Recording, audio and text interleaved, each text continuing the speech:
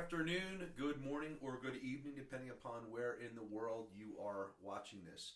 Welcome to Afternoons with Aces, the implementation series. This is session 10, the final session, lather, rinse, and how do you repeat.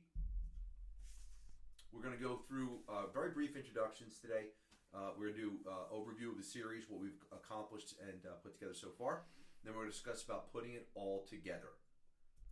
I am Tom. I am Lee.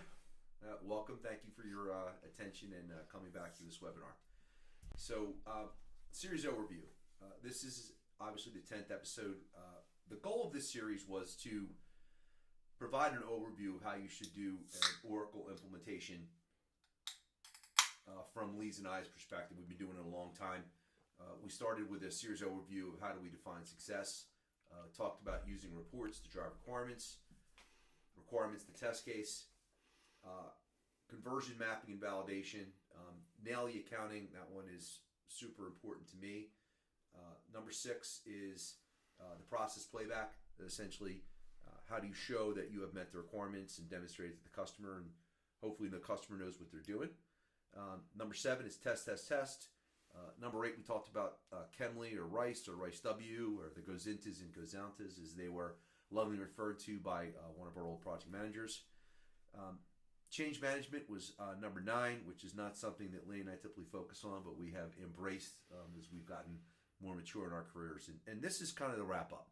So what we're going to do today is talk about how do you do this stuff, how you're supposed to do a project, and then maybe refer back to some of the old episodes. So the first thing is having methodology. If you're out there and you're part of a large consulting company or you're part of a boutique firm, chances are you have a methodology. If you're on your own, if you're an independent, you may or you may not. And no matter what methodology you choose, the one that I have up on the screenshot is the old Oracle AIM methodology from a million years ago. And then on the right, we've got kind of the detailed methodology from the full Oracle OUM methodology, and then there's just kind of a sample in the middle. But whatever you use, make sure you know it, you have it documented, and you have really good instructions for how you should use it and any work products that you're going to create, what those work products are for, how to create them, how the customer is supposed to use them, how they should be created, how they should be QA'd, all those things. And you know, if you've been doing this a long time, I know that this probably sounds, like obvious. But it amazes me how many consultants I see and how many firms I see that they really do have a slapshot approach. They don't have a repeatable approach. And it's really difficult to do this work using a good methodology. I think it's almost impossible to do it if you don't have a methodology at all. So what does that mean? Right, so the other thing you've got to think of there, the benefits of having the methodology is everybody knows the methodology. So if you have someone who goes out long-term sick, you have someone who's out for 3 weeks and you need someone to slot in on the project, you can just say, we're at the build phase, we're at the design phase, we're at the testing phase, whatever. If everyone is sticking to that methodology, everyone knows what they need to ask for, right? If I'm on the testing thing, okay, great, let me see my use cases, let me see my scripts that we have. I know what we're looking for because I know that's what we include in that phase. If I'm at the build phase, okay, there's probably some requirements somewhere that we're built off. Maybe we've got an overall kind of architecture document or whatever, and I can refer to that. But it allows everyone to line up.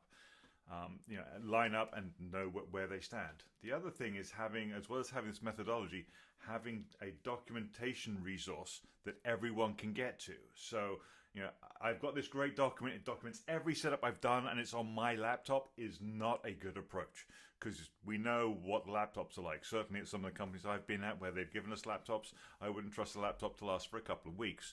So, having it on a shared drive, having it on, on SharePoint, whatever, having it even on OneDrive, so it's at least synced somewhere.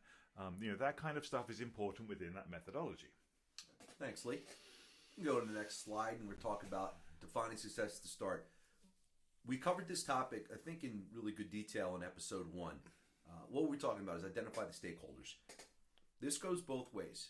So if you're the project manager for your implementation company, your systems integrator, or you're the project manager for the customer, the one that's actually getting the implementation done for them, identify the stakeholders. That goes to identifying who's important on the customer side, not necessarily just the end users, but the people that will be impacted by this implementation. Define who's accountable. You really should have a RACI chart. That's an old kind of consulting trope, but I tell you, I really do use them. And I define them at the start of my project, so I know who's responsible, who's accountable, who I have to consult on things, just who we have to inform. But know who's accountable, and I will tell you that it's super important again on both sides, right? Who owns general ledger? Who owns accounts receivable? Who owns data conversion, right? Make sure that not only that you know it, but more importantly, make sure that they know it. Again, this is really based upon Lisa and I's experience, but we do a lot of projects, and you would be surprised at when we're in meetings, not even kickoff meetings, I mean meetings that have been for projects that have been going on for a while, and you ask somebody, what the status is of something, and the look on their face of shock because they had no idea that they were supposed to be doing it. That is a poor example of not defining who's accountable. It's a great example of defining. A great example. Thank you, Lee. Yes. Gather the project goals. How are those goals? What are they? How are they measured? One of the deliverables that I do at the start of my project is a project management plan. And part of that project management plan is, what are the goals of the project? They should be smart. Smart goals are specific, measurable, achievable, realistic, and time bound. Right? Thank you, Leah. Dude, I was getting to the R and was like, "You got to bail me out on the T here." Yeah, the T I knew about. So that's but have your goals, even if it's just. And we talked about this again in episode 1. We talked about this in a few different episodes. But what are you trying to achieve? Just to put an ERP system in or put an HCM system in, that is a nebulous goal at best, right? Why are you doing it? Something drove the customer. Something drove you to make the decision to switch software, right? Whether it was your system was antiquated, your close process takes too long, whatever it happens to be, put it down, write it, and make sure that you measure yourself against it. So at the end of the project, did you hit your goals? If you did, great. If you didn't, why didn't you? And that gets to the theme of this webinar, which is how do you repeat it, right? There's another trope, and they use it in quite a bit. If you can't measure it, you can't manage it. Right, so know what you're trying to achieve from the consulting side. Did you hit your budget? Did your time? And again, measure those things and report on them at the end, because it really is it's critical to improving your process and always moving forward. And then the last thing is track the essentials. And I'll talk about this in a few slides. But if you're on the implementation team, track the things that are important. Again, status of data conversion, status of configurations. If you're on the PM side, track your financials. Update your project plan. Again, I know this really does sound obvious, but guys that have worked for me, girls that have worked for me, we go in and I ask what the status or what the health of the project is, and they don't know. They don't have the project plan updated. They don't have the financials done. And those things are important, not only to the customer, but also to your management team, so you can see how well is the project going, and is the project in trouble. What do you have to do to get it back on track? Mm-hmm. Again, the other things you've got to throw in there, and all of this seems so obvious when you've done it a few times. Status reports. I hate status reports, but you have to have them. What was I supposed to do? What did I plan to do this week? What did I do? What did I do that I wasn't planning on doing? What am I doing next week? What's holding me up? What do you, Mr. Project Manager, have to do to make my life easier to get me going these things? Having all that stuff so that the team knows about it, the executive sponsors know about it, they can actually start getting some traction on some of these items. All critical items there. Okay, so what are you responsible for? And I'll tell you why we put the slide in here. So this is, again, something that we kind of hit in episode 1. But the best project managers that I know, and again, I'm mainly an Oracle guy, but the best project managers that I know have implementation experience. They know enough about the product to be able to challenge the implementation consultants when they hear something that they don't agree with. But they also stay in their lane. And some of the worst project managers that I know have implementation experience and they don't stay in their lane. So what does that mean? The graphic on the left here, the project manager, quality is at the center, right? You obviously want to deliver a good product, a good project. You want to make sure that you're on time. And what are the three things that make that up? Scope, schedule, and cost. And that image is an equilateral triangle. And so an equilateral triangle, for any of you geeks out there should know this, that is the most stable shape in the universe, right? So all other shapes, you can change them and they maintain their qualities, but they change shape. So what I mean by that, if you squish a circle, it turns into an oval or an ellipsis. If you squeeze a square, it turns into a rhombus, right? But you cannot change any side of an equilateral triangle without changing the other two sides. If you do that, it ceases to be an equilateral triangle, right? So you, as the project manager, your job is to manage those three things. Don't get into the implementation resources. Don't do their job. Manage scope, manage the cost, direct the project if it's your business, whether you're doing it yourself, you're doing it for your customer. You really want to make sure that you are fully accountable for the project. Apply lessons learned from last projects, right? So if you do not know and understand the past, you are doomed to repeat it. And that's why on the prior slide we talked about measuring, tracking, and learning from your past mistakes. Can I just say, so we don't rehearse these sessions, right? We've got these decks out of there. I've sat there for a minute going, where the hell's he going with this equilateral triangle and squishing it and turning it into an oval? Thank you. I didn't know where you were going. You can't change them, right? It's important. This is why it's the lovingness of these things and the spontaneity that makes them fun, without a doubt. So manages the project. Keep your top priorities. And the last point that I had, the speaking point I had on this, is empowers others. I cannot stress that enough. You have got to trust your team and give them the ability to make decisions and trust they're going to make them right. I say this. Anybody that works with me or knows, works for me, knows that I say this all the time. I can fix, as an executive or a project manager or a product sponsor, I can fix a bad decision pretty easily, right? You make an apology, you change the course of action, but you can fix a bad decision. I cannot fix no decision, and that goes for the customers, and it goes from the consultants. Make a decision, document why you did it, and then don't be afraid to move on. Let's talk about what the implementation resources are responsible for. Okay, I'm going to try and blow this up a little bit. So Tom's talked about the project manager. The project manager is hopefully staying in their lane. They know enough about the project, but they're staying in their lane. They're making sure that they're tracking costs, they're tracking, they're tracking actions, they're tracking progress.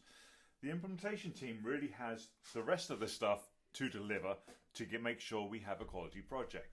So a lot of this was covered, we keep going back to episode 1 where we did a lot of this. I promise you we get onto more episodes as we go through these other slides. But the implementation resources, they are responsible for getting those requirements, for getting the business process mapping. Even if we're not changing the process and moving to something like SaaS Cloud, something like that, you're going to change something. Otherwise, you're just putting lipstick on a pig of just taking your old system and just making it exactly the same in the cloud. But you're making sure you're understanding whether it's your client, whether it's your own company, you're understanding your processes, the objectives that they've got going on, and mapping those to whatever capabilities of whatever system we're going to make sure that, yes, you want to put in an AP invoice, which is the dumb requirement, but you have it as a requirement. Yes, I can do that. Yes, I can match it to a purchase order. Yes, I can match it to a purchase order and then still put on non-purchase order lines, something like that. That's critical, because without having those processes mapped, those requirements mapped, you don't know where you fall short. You don't know what else you have to build out there. So when you start dealing with any Tom and I's experience completely have always been in commercial. For the last 10 years, I guess, it's been public sector. For the last 6 months for me, I'm getting in the federal world. So there's so much stuff that cloud has as gaps that you have to be able to build out, or at least have a plan for building out, knowing that Oracle is probably coming up with something because it's the federal government. You have to be able to cover that kind of thing. But without knowing what your mapping is and what those requirements are, you don't know what those gaps are. Obviously, the implementation resources are responsible for building the system, whether it's your team doing it, whether you have an implementation partner doing it, whether you have an offshore contingent doing that. You're responsible for getting those modules set up based on those requirements you have out there. And presumably you have some overall architecture of what you're building, so we're making sure that it follows that architecture to go through. You're making sure the stuff that a lot of times on ERP we don't have to set up, but we need. So I may just be doing accounts payable, but I need approvals. And if I need approvals, I need people. And if I need people to go into those workflows, I need some kind of enterprise structure, just making sure all that kind of stuff aligns with what you need, as well as, it's best practices to go out there. I've got clients where they've got the same legal entity, true legal entity defined multiple times. Don't know why it was done there. It wasn't me. Wasn't my team. Wasn't my company that put it in there. But it's having stuff like that. For why would you do that? You're going to have all kinds of problems. The implementation resources are also responsible for data migration and integration. We talked about those in other requirements. I think it was in the second episode where we started talking through that kind of thing. And it's not just migrating data, right? Anyone can migrate data. Yes, you gave me a journal with 1,000 lines on there totaling $1 million debits and credits, and I got it into the system, or loaded. But did it load? Did it post? Did it post with the same numbers? Did it intercompany stuff start coming up on there? You're responsible for that. The team's responsible making sure testing and validation. I've got the instance working. It validates before we hand it over to our end users for their testing. So all the way through, it's not just I set it up. Yes, I set it up and I've tested it and it meets the requirements you told me about. Okay, now you can start looking at it from a use case point of view. The client can start taking away, knowing that essentially it should be a green light at that point. One of the items I think we talked through on data validation and testing was the traffic light system, right? Green, it works perfectly, everything I needed to do. Yellow, well, it worked how it was supposed to, but we've changed our mind, or yeah, you kind of got the right idea. It needs to go up to a manager, but it's the wrong manager. It worked, went to the wrong place. Or red, yeah, that didn't go anywhere at all. Having that kind of process in place. And the final one is the one that seems to trip people up. Great, we've got this system, we've gone live. Who's supporting this at the end? A lot of time and a lot of projects we have, that's one of the things that gets cut out of budget, especially if you're an implementation partner, it gets cut. Okay, great, I'm making sure that you've got a system that works.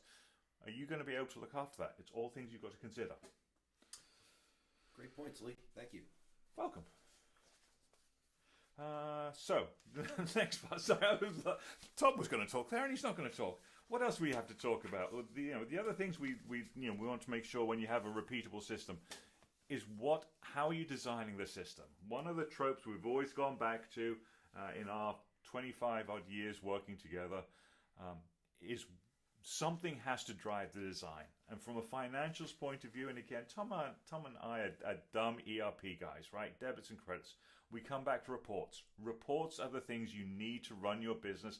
And we say reports. Is it a report? Is it analysis? Is it AI giving you something? Whatever it is, you're getting something out of the system to help you make decisions to improve your enterprise, to improve your county, city, your institution, whatever. And you go back to those reports. At the very beginning, what do you need to get out of the system? Okay, you need an income statement. What kind of income statement? Is it just at the company level? Do you need it at a cost center level? Do you need it at a location level? Do you need whatever? Whatever, I'm saying this because people who work with us know this phrase. If you need the report by it, whatever it is going to be in your chart of accounts. You need a purchase order I can do. We know where that comes from, but we always come back to reports. Reports will always be what people look for. You have to get that out as a bare minimum of being to be a successful implementation of I can do my reporting. And once you've got those requirements, so we're using those reports to drive the design, but we also use that to get our requirements. When we have our requirements, we've got some objectives out there, we can actually start using those reports to start moving items forward, right? So we can start saying you need a report by this. Okay, that means that you need to enter invoices by this. Are you going to be able to do that? Great, we have a field for it if it's going to general ledger. No, you need something else. You need to be able to confirm what type of fund it is. If you're in the federal world, great. There's a descriptive flex field for it. There's a federal attribute for it, but we're capturing that somewhere. All this stuff is processing as we go through there. But once we have and as we're getting these reports, as we're getting these requirements as we have coming out there, we can start looking at those requirements and start planning this stuff out with the project management plan, with our scope to make sure we can actually deliver these kind of items. Realistically, after all this, the very beginning stage of this, we're looking at what are our requirements. That's what we're trying to get out of here. How are we going to get them all the way through, what the requirements are, and what we need to do about them. Are they must-haves? Are they should we be able to do this? Whatever. You do your Moscow analysis on there, but that's what you're looking for. Thank you, Lee. So this goes to creating use cases. So something we mentioned back in episode 3. We got away from this, and I say we. I don't necessarily just mean myself. I really mean the industry. Back in the early days of ERP, everybody did it. We would spend months and months and months defining requirements, and you put together this massive document. Nobody saw the system, but you spent a lot more time defining requirements. And then the unified method came out, and that was let the system drive the requirements, right? What can the system do, and that's what the requirements are. And that really worked well for a while, but what I saw, and I think a lot of other people saw it as well, is you would get towards the end of the project, and new requirements were coming out, things that the system or the process had to do, and they were not covered. They were not understood. And so you had a lot of people saying, well, it's a new requirement or it's a new scenario, and you had angry customers and you had angry consultants. So what my former firm, I should say, started to do, I guess about 2 years ago, and I think I'm seeing it a lot more. I know I see it in the Big Four. They started defining these things called user stories, and user stories are use cases. And the idea behind that is a requirement should be very binary. The system needs to do this. I need a report that does Y. I need a payment. Whatever it happens to be, they're very binary. It's the system has to do it. How requirements get missed or get misinterpreted is because they're binary. You don't necessarily get to the minutia of how it needs to react or how it needs to do something. And that's what a use case does. So there's 3 components to a good use case. An actor, who's doing something. An action, what are they doing and what should happen, right? Actor, action, result, okay? And so when you're doing them for a Fusion implementation, I try to do roles, not people. So if Susie is the accounts payable person, I don't use Susie. I use the actor of the accounts payable person, right? Accounts payable clerk enters an invoice. Actor is the accounts payable person. Action is entering the invoice. What should happen?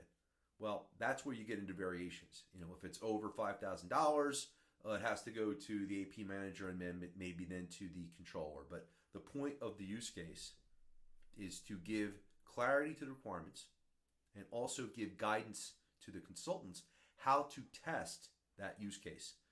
And that gets to driving the test cases. And we did talk about that in kind of episode 3. And we also talked about it in Test, which was, I think, episode 7, right? Sure.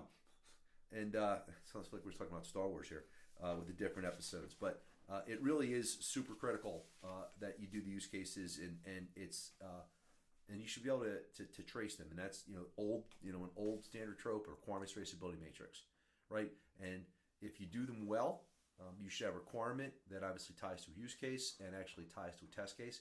But you should also be able to tie a requirement to a configuration.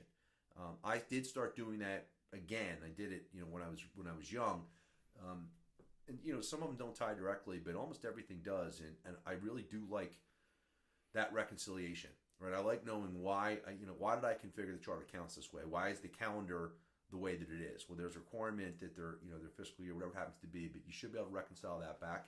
And it really does help make sure that you're hitting what the client needs. And this stuff is really, really tough to document. Sorry, it's tough when you start out, right? Because you're trying to do this in Excel. Everyone always goes back to Excel to try and map this. And this is hard to do. One of the tools that we found, so you guys will probably be using some kind of issue tracking software. There's a ton out there. The one that we've used for the last 10, 15 years, I guess, is Jira.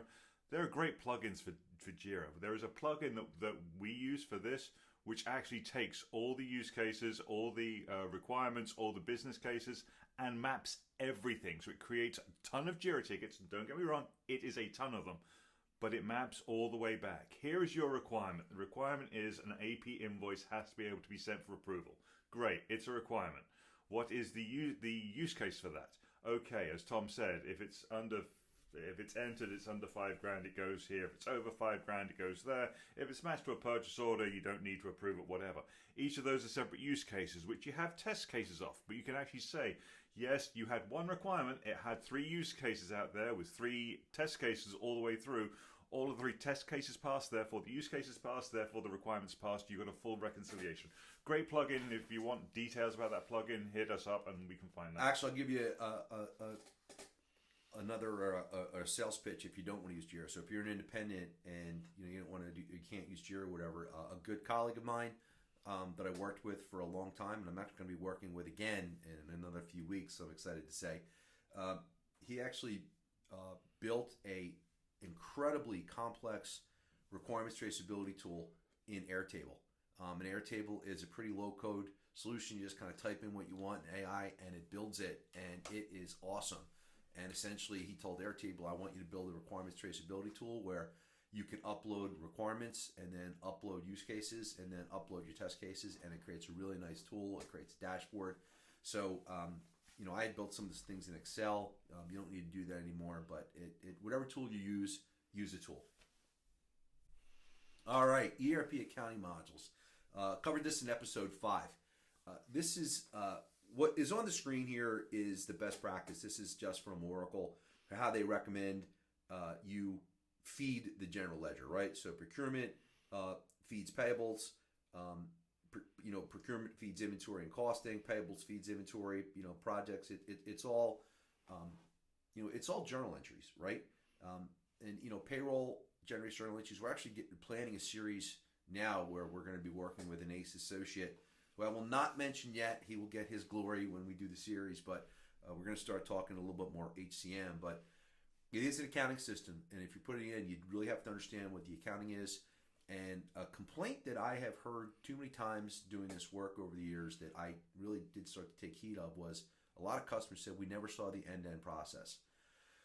And I disagreed with them. It's like, what are you talking about? We went through all these CRPs and we went through all these process playbacks and we showed you the system and we saw the accounting a million times. But it did occur to me that there was never one single unified session that did pull all together. And we did start adding that to our methodology. And whether you do it at the end of your individual sessions or you do it at the end of the whole process playback, I prefer to do it at the end. This is absolutely critical, right? So you don't have to enter all the transactions again, but what I've started to do, and I think this has worked well, is, okay, here's the transactions we entered in our first CRP, which was procurement. Here's the requisitions. Here's the accounting that was on that requisition, right? And it's critical that you show that even if you have SLA changes, that make sure the accounting is updated, but show how it was derived. Explain it. Show how it got to the purchase order. Explain it. This is especially critical if you're in a public sector because it generates, requisitions and purchase orders actually do generate journal entries in public sector. They generate commitments and obligations, and that is super critical. So, show it, make sure you understand it, and make sure you can trace it all the way through. And one of the critical areas of that, again, you look at this flow of the modules, everything gets to general ledger at the moment. Projects is the one that you've got to focus on. If you're using projects in any way, if you're public sector, I can pretty much guarantee you using projects.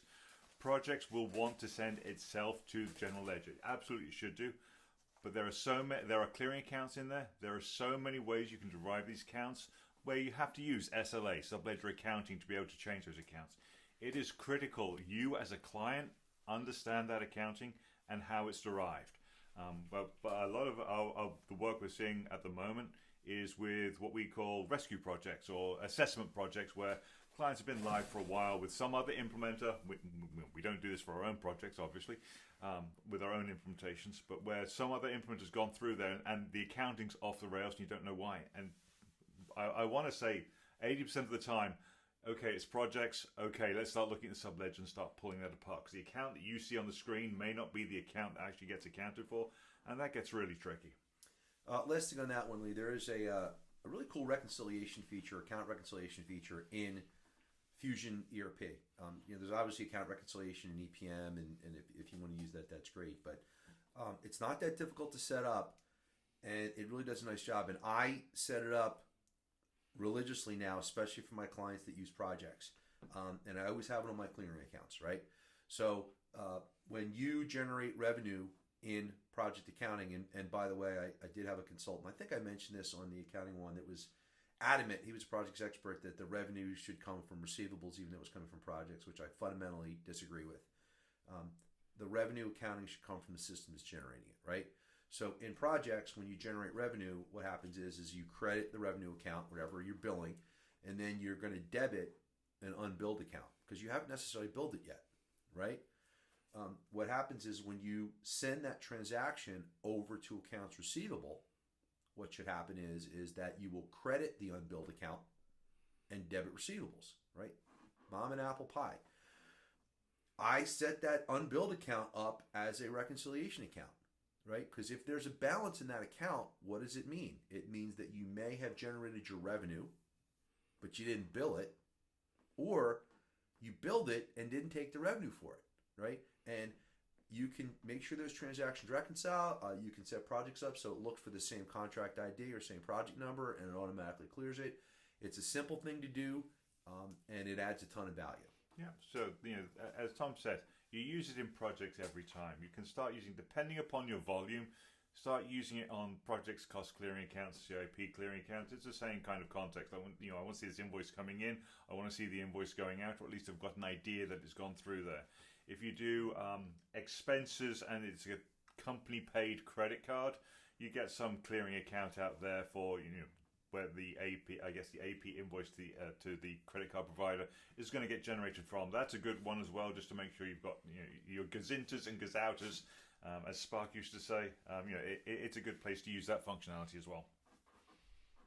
Okay, be accountable. What are we talking about on this slide?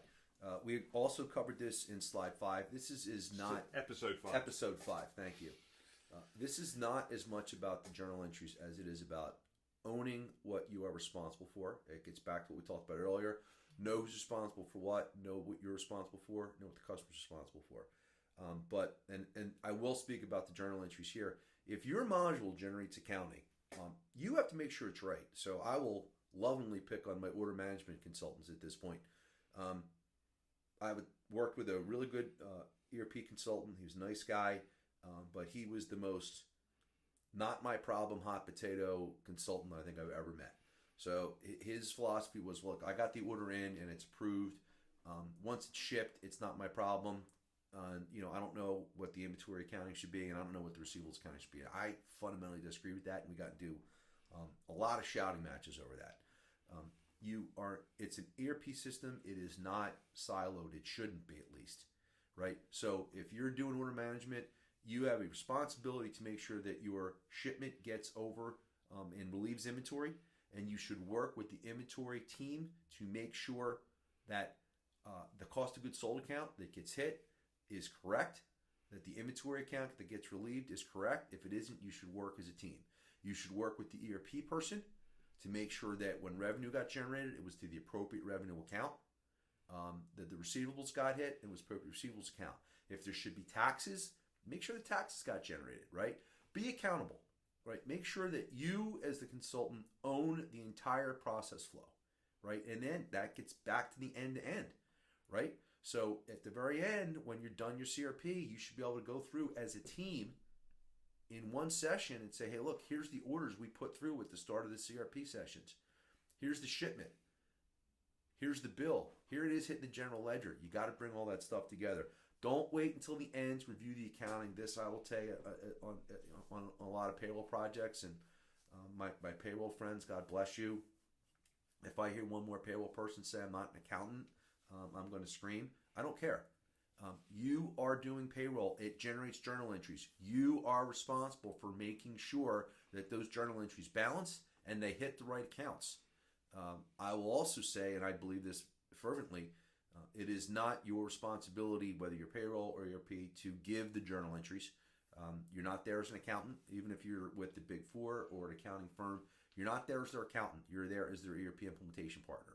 You should go to the customer and get the journal entries from them. And I will tell you again, I see this a lot, and I see it in commercial, I see it in public sector. The customers tell you, I don't know what the accounting should be. Well, then figure it out. Or get an accounting to help you figure it out. But You need to know what it is. You have to know what transaction generated journal entry. Write it down. I tell you, I do this religiously. I put things in T accounts. I get journal entries written from my customer. I put them in an Excel and track it, and I make sure that I get that and check it at the end. Don't wait till the end. Be accountable. Make sure the journal entries are right, and make sure you own the entire process. Don't operate in a silo. It really sets a bad example for a team, and it sets a bad example for the customer, and it sets a bad project. The thing that'll help the non-accountants out there, the non-finance guys, is at least having an idea of the kind of account you're looking for, right? So one of the important documents that we have on every one of our projects is an enterprise design document. It talks through ledger, it talks through legal entities, business units, or whatever. But it also goes through the accounts I have to set up an instance, right? So if I'm setting up payables, or actually if I'm setting up general ledger and payables, there are two accounts I have to have. I have to have a retained earnings account. I have to have an accounts payable account. No, just having documentation for you're setting up retained earnings. It has to be an equity account. Has to. Should be in the threes, but it might not necessarily be. But it's that kind of account. AP liability account is a liability account. It's in the twos somewhere, or it should be in the twos. At least having that kind of idea, so you're not looking like a complete idiot in front of your client. But you say, okay, it should be a liability account. I'm guessing it's balance sheet, so there's no cost on there. There's no product on there probably. But at least being able to talk through that kind of thing at least gives you something to say, I know what I'm talking about, but I need assistance from you on this one.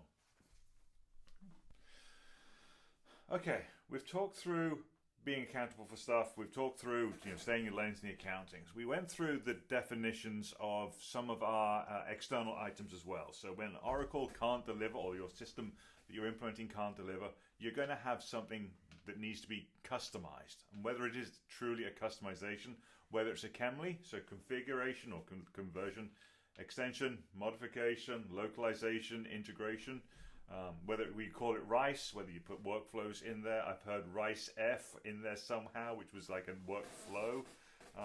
Having those definitions so everyone is on the same page, so especially that RICE Chemly one, that has bounced around with definitions over the last 10 years for which one folks go to. It's interchangeable, but knowing what you're talking through as you go through there. I think RICE was more like an Release 12 EBS kind of thing, as opposed to Chemly.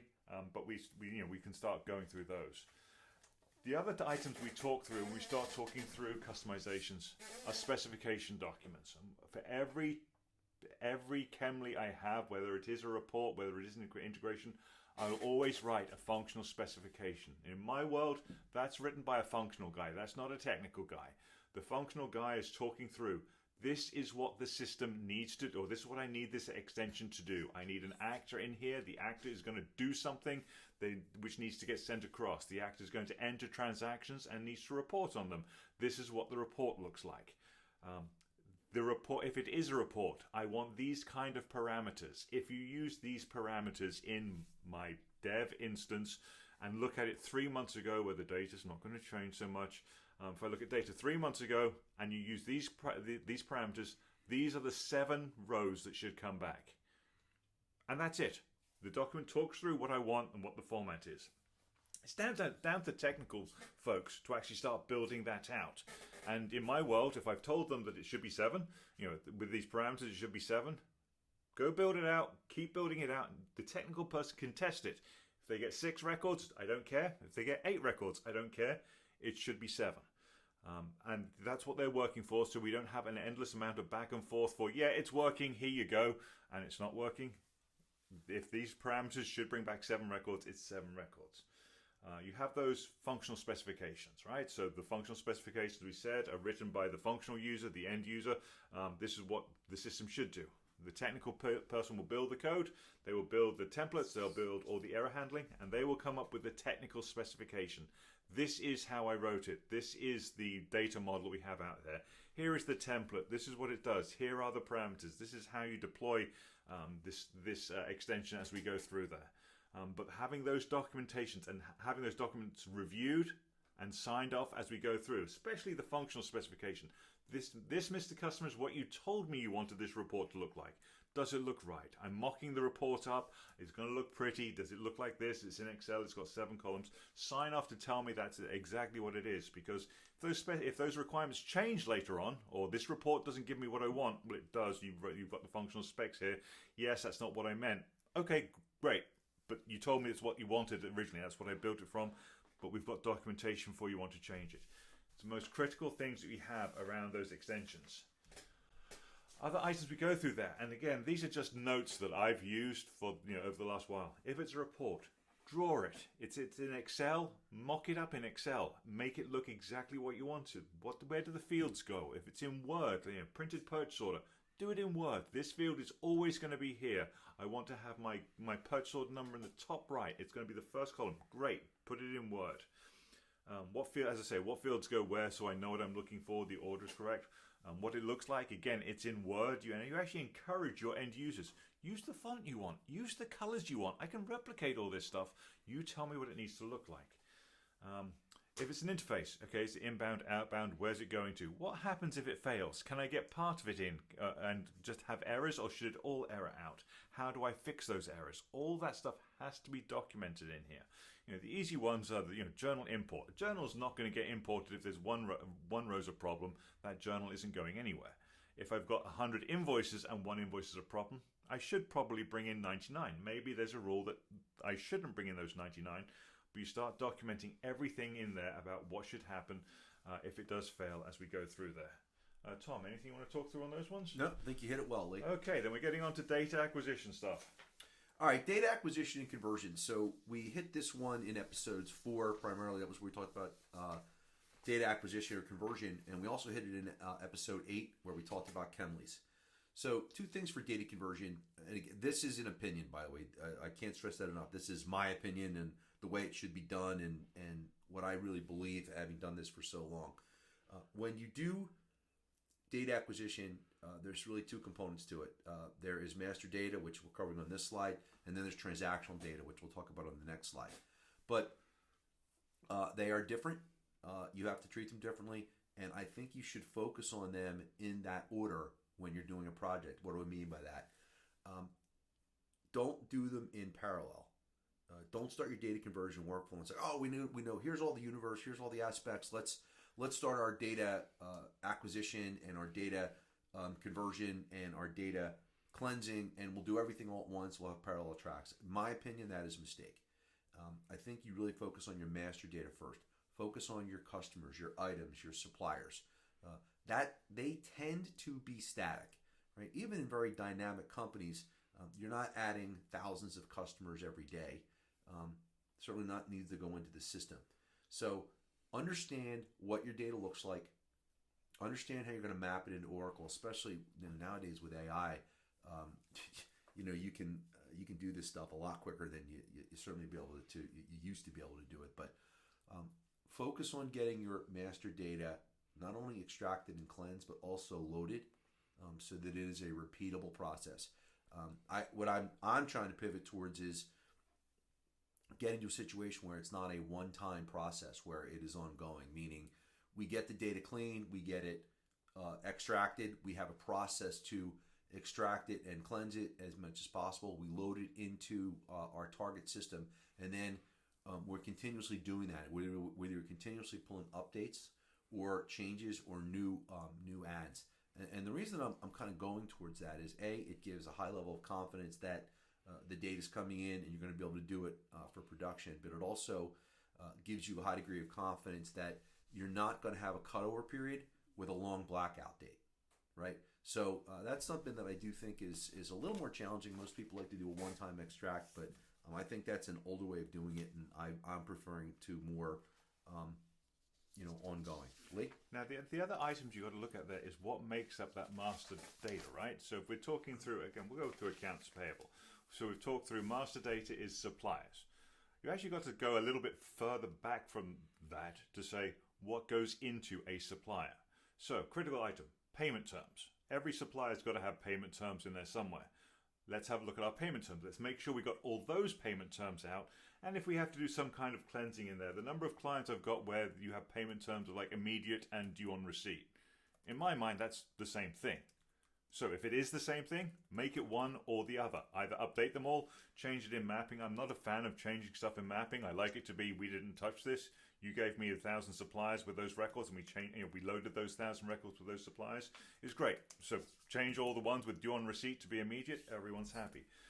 The number of times you start seeing, when you get down to transactional data, you can't load the transactional data in because all this stuff that you had beforehand was missed. It is the tricky part, especially something like stupid like payment terms. The supplier's got payment terms on there, but doesn't mean that that's the payment terms that's on the invoice or on the purchase order. So going through and cleansing up even that fundamental stuff that's back in the behind the scenes there is the tricky part. But we got master data there. Thanks, Lee. All right, now we're talking about transactional data. Similar thing, you're talking about document data. It's also obviously the transactions, AP invoices, HCM history, payroll history. I have a very strong opinion on this one as well, and that is if you're not going to transact on it, the effort to bring it in is probably not worth the effort. And I go through, again, I got another strong opinion on this one as well, and generally speaking, converted data is not auditable. What I mean by that is when an auditor comes in and says, hey, I want to see your transactions from the last 7 years, whatever it happens to be, generally you cannot use your converted data as the basis for your audit. It was not your system of record. That's not a blanket statement, and some people might disagree with that, but that has generally been my experience. I have always recommended that you have to have your transactional system either in a read-only environment or in a data warehouse in the same or similar format as it was when you were transacting in it, and that way the auditors can go in and run any scripts wherever they happen to have. My approach that has been, it's pretty consistent. I bring in the stuff that I have to bring in. There's certain systems that you should bring in legacy data. An example that I hear quite a bit is orders. I like to only bring in open orders, but I recognize that there is tremendous value to bringing in some historical orders so you can see what a customer has ordered in the past. Helps you upsell, cross-sell, do all those other things, and it helps with your marketing. So you can convince me that there is benefit to that. Bringing in closed purchase orders, I just don't see a benefit to that. Open purchase orders, yes, obviously. Bringing in closed AP invoices, I generally don't like to do that. But you can convince me to bring in a year's worth of AP invoices. It helps you to see, that you're avoiding duplicate invoices. So I certainly can see the benefits of some of that. But what I try to do is really convince my customers to limit it. The other thing I'll say on that, and this is somewhat cynical, but it's a true statement. No matter how good of a consultant you are, you're generally not going to be able to change anybody's mind, right? People need to come to realizations on their own. So I really have tried to take an approach of educating my customers about the challenges of data conversion and extraction, and then validating the data. Even with AI and how much better it's getting, there's still challenges there. And let them come to the conclusion that we should only bring in the open or the recently transacted data, and then you put everything else in a data warehouse. Lee? Yeah, 100% agree with that. Okay, the final slide of the final show of the 25-26 season. So this season has been the implementation series, right?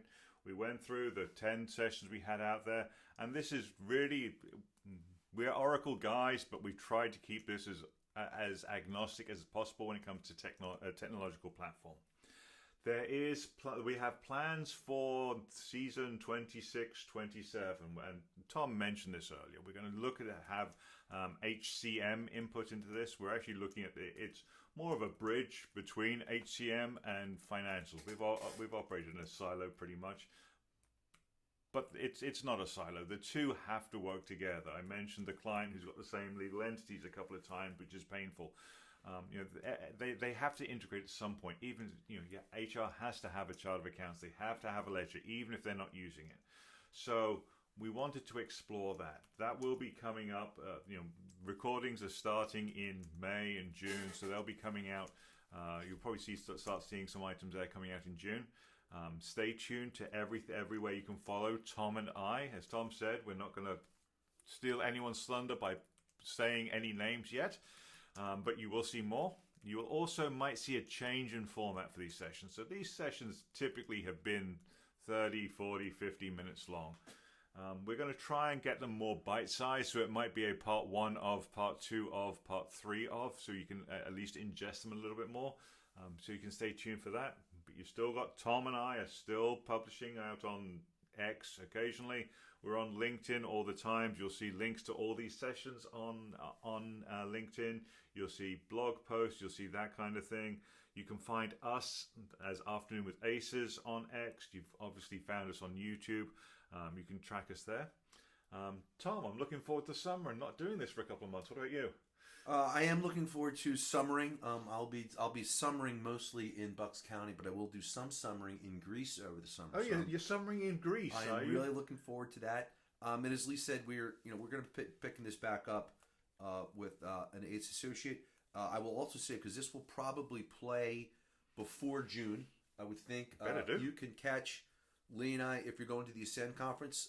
I will be there. I'm actually doing a joint session with Lee. And another ACE, as well as our good friend Jeff Hare from ERP Risk Advisors.